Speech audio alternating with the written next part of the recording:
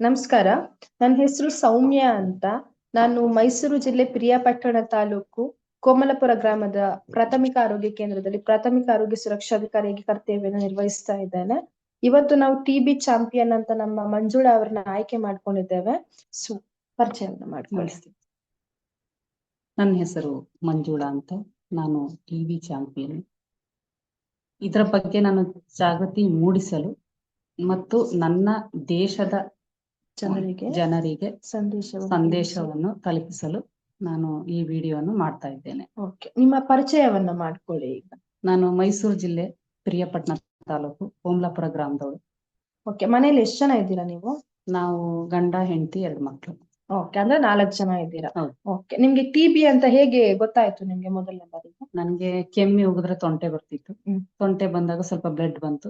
Blood ಬಂದಾಗ ಹೋಗಿ test ಮಾಡಿಸ್ದೆ. ನನ್ಗೆ TB ಅಂತ ಗೊತ್ತಾಯ್ತು. ಯಾವ ರೀತಿ ಲಕ್ಷಣಗಳಿತ್ತು? ಅದೇ ಜ್ವರ ಬರೋದು ಸ್ವಲ್ಪ ಮತ್ತೆ ಆಗ ಜ್ವರ ಬರೋದು, ಚಳಿ ಬರೋದು, ಕೆಮ್ಮು ಸ್ಟಾರ್ಟ್ ಆಯ್ತು. ಇದೇ ಮೊದಲನೇ ಬಾರಿಗೆ ನಿಮ್ಗೆ TB ಬಂದಿದ್ದ ಅಥವಾ ಇದಕ್ಕೆ ಮುಂಚೆ ಬಂದಿತ್ತ ಯಾವಾಗಾದ್ರೂ? ಅದೇ ಒಂದ್ 12 ವರ್ಷ ಹುಡುಗಿಲ್ ಬಂದಿತ್ತು. ಆಗಾನು ಇದೇ ತರ ಚಳಿ ಬರೋದು, ಜ್ವರ ಬರೋದು, ಕೆಮ್ಮು ಬರೋದು ಸ್ಟಾರ್ಟ್ ಆಯ್ತು. ಆಗ ನನಗೆ ಹೋಗಿ ಚೆಕ್ ಮಾಡಿಸಿದಾಗ TB ಅಂತ ಗೊತ್ತಾಗಿ ನಾನು ಗೌರ್ಮೆಂಟ್ ಹಾಸ್ಪಿಟಲ್ ಅಲ್ಲಿ ಮಡಿಕೇರಿಯಲ್ಲಿ ಟ್ರೀಟ್ಮೆಂಟ್ ತಗೊಂಡೆ. ಇದು ನಿಮ್ಗಲ್ದೆ ನಿಮ್ಮ ಮನೆಯಲ್ಲಿ ಬೇರೆ ಯಾರಿಗಾದ್ರೂ ಈ ಕಾಯಿಲೆ ಹರಡಿತ್ತಾ? ಬೇರೆ ಯಾರಿಗೂ ಇಲ್ಲ. ಮಾತ್ರೆಗಳನ್ನ ಯಾವ ರೀತಿ ತಗೊಳ್ತಾ ಇದ್ರಿ ನೀವು? ನನ್ಗೆ ಇಲ್ಲಿಂದ ಕೋಮಲಾಪುರ ಗೌರ್ಮೆಂಟ್ ಹಾಸ್ಪಿಟಲ್ ಇಂದ ಬಂದು ನನಗೆ ಕಾಂಪೌಂಡ್ರು ಮತ್ತೆ ಇವರು ಆಶಾ ಕಾರ್ಯಕರ್ತರು ಎಲ್ರು ಬಂದು ನನಗೆ ಟ್ರೀಟ್ಮೆಂಟ್ ಕೊಡ್ತಾ ಇದ್ರು ಮನೆಗೇನೆ. ಹಂಗಾಗಿ ನನ್ಗೇನು ತೊಂದ್ರೆ ಇಲ್ಲ, ಚೆನ್ನಾಗಿ ತಕೊಂಡ್ರೆ. ನಿಮ್ಮ ಅಕೌಂಟಿಗೆ ಸರ್ಕಾರದಿಂದ ದುಡ್ಡು ಏನಾದ್ರು ಬಂದಿತ್ತಾ? ಹೌದು ಮೇಡಮ್, ಒಂದು 500 ರೂಪಾಯಿ ಹಾಕ್ತಿದ್ವಿ. ಎಷ್ಟು ತಿಂಗಳ ಕಾಲ ಹಾಕಿದ್ರು? ನನ್ಗೆ 6 ತಿಂಗಳು ಹಾಕಿದ್ರು. ಏನ್ ಮಾಡಿದ್ರಿ ಅದರಿಂದ? ಉಪಯೋಗ ಆಯ್ತಾ ನಿಮ್ಗೇನಾದ್ರು?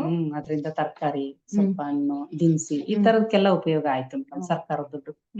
ನಿಮಗೆ TB ಇದ್ದಂತ ಕಾಲದಲ್ಲಿ 500 ರೂಪಾಯಿ ಕೊಡ್ತಾ ಇದ್ರು, ಬಟ್ ಇವಾಗ ಪ್ರತಿಯೊಬ್ಬರಿಗೆ 1000 ರೂಪಾಯಿ ಅಂತ ಕೊಡ್ತಾ ಇದ್ದಾರೆ. ಈಗ ನೀವು TB ಕಾಯಿಲೆ ಇತ್ತು ಅಂತಂದ್ರೆ ಭಯ ಪಟ್ಟಿದ್ರ ನೀವು? ಹೌದು ಮೇಡಮ್, ಭಯ ಆಯ್ತು.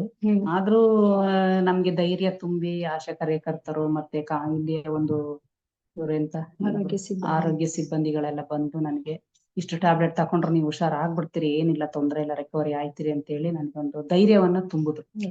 ಈಗ TB ಬಂದ ಮೇಲೆ ನಿಮ್ಮ ಮನೆಯ ಪರಿಸ್ಥಿತಿ ಯಾವ ರೀತಿ ಇತ್ತು? ಅಂದ್ರೆ ಮನೆಯವ್ರು ಏನಾದ್ರು ಭಯ ಪಟ್ಟಿದ್ರ ಅಥವಾ ಮಕ್ಳೇನಾದ್ರು ಭಯ ಪಟ್ಟಿದ್ರ? ಮಕ್ಳು ಅಂದ್ರೆ ಚಿಕ್ಕವರು, ಅವ್ರಿಗೆ ಗೊತ್ತಾಗ್ತಿರ್ಲಿಲ್ಲ. ಬಟ್ ಹಸ್ಬೆಂಡ್ ಗೊತ್ತಿತ್ತು. ಬಟ್ ಗೊತ್ತಿದ್ರು ಅವ್ರೇನ್ ನಮ್ಮನ್ನ ದೂರ ಮಾಡ್ಲಿಲ್ಲ. ಅವ್ರಿಂದ ಹತ್ಕೊಳ್ತದೆ ಅನ್ನೋ ಒಂದು ದೂರದಿಂದ ಇಡ್ಲಿಲ್ಲ. ಚೆನ್ನಾಗಿ ನೋಡಿ ನನ್ನ ಹುಷಾರು. ಊಟ ಯಾವ ರೀತಿ ತಗೊಳ್ತಾ ಇದ್ರಿ ನೀವು? ಅದೇ ಊಟ ಬೆಳಿಗ್ಗೆ ಟೈಮು ಒಳ್ಳೆ ಹೊಟ್ಟೆ ತುಂಬಾ ಊಟ, ಹಾಲು. ಮಧ್ಯಾಹ್ನ ಟೈಮು ಹಾಲು, ಮುದ್ದೆ, ಅನ್ನ, ಸಾರು, 1-2 ಪೀಸ್ ಮಾಂಸ ಈ ತರದ್ದೆಲ್ಲ ತಿಂದು ನಾನು ವೆಜಿಟೇಬಲ್ ಎಲ್ಲ ನಾನ್ ವೆಜ್ ತಿಂತಿದ್ದವಳು. ಅದರಿಂದ ನಾವೆಲ್ಲ ತಕೊಂಡು ನಾನು ಚೆನ್ನಾಗಿ ಹುಷಾರು. ಆಶಾದವರು ಮತ್ತೆ ನಮ್ಮ ಆರೋಗ್ಯ ಸಿಬ್ಬಂದಿಯವರು ಯಾವ ರೀತಿಯ ಸಮಾಲೋಚನೆ ಕೊಟ್ಟಿದ್ರು ನಿಮ್ಗೆ? ಅದೇ ಮನೆ ಹತ್ರ ಬಂದ್ ಕೊಡ್ತಾ ಇದ್ರು, ನೀವು ಕ್ಲೀನ್ ಆಗಿರ್ಬೇಕು, ಮಾಸ್ಕ್ ಹಾಕ್ಬೇಕು, ಹುಷಾರು, ಜೋಪಾನ, ಚೆನ್ನಾಗಿ ಊಟ ತಿನ್ನಿ ಅಂತ ಹೇಳಿ ಬಂದು ನನಗೆ ಟ್ರೀಟ್ಮೆಂಟ್ ಸಮೇತ ಕೊಡ್ತಿದ್ರು. Thank you. ಧನ್ಯವಾದ. ನನ್ನಿಂದ ದೇಶದ ಜನರಿಗೊಂದು ಒಳ್ಳೇದಾಗ್ಲಿ.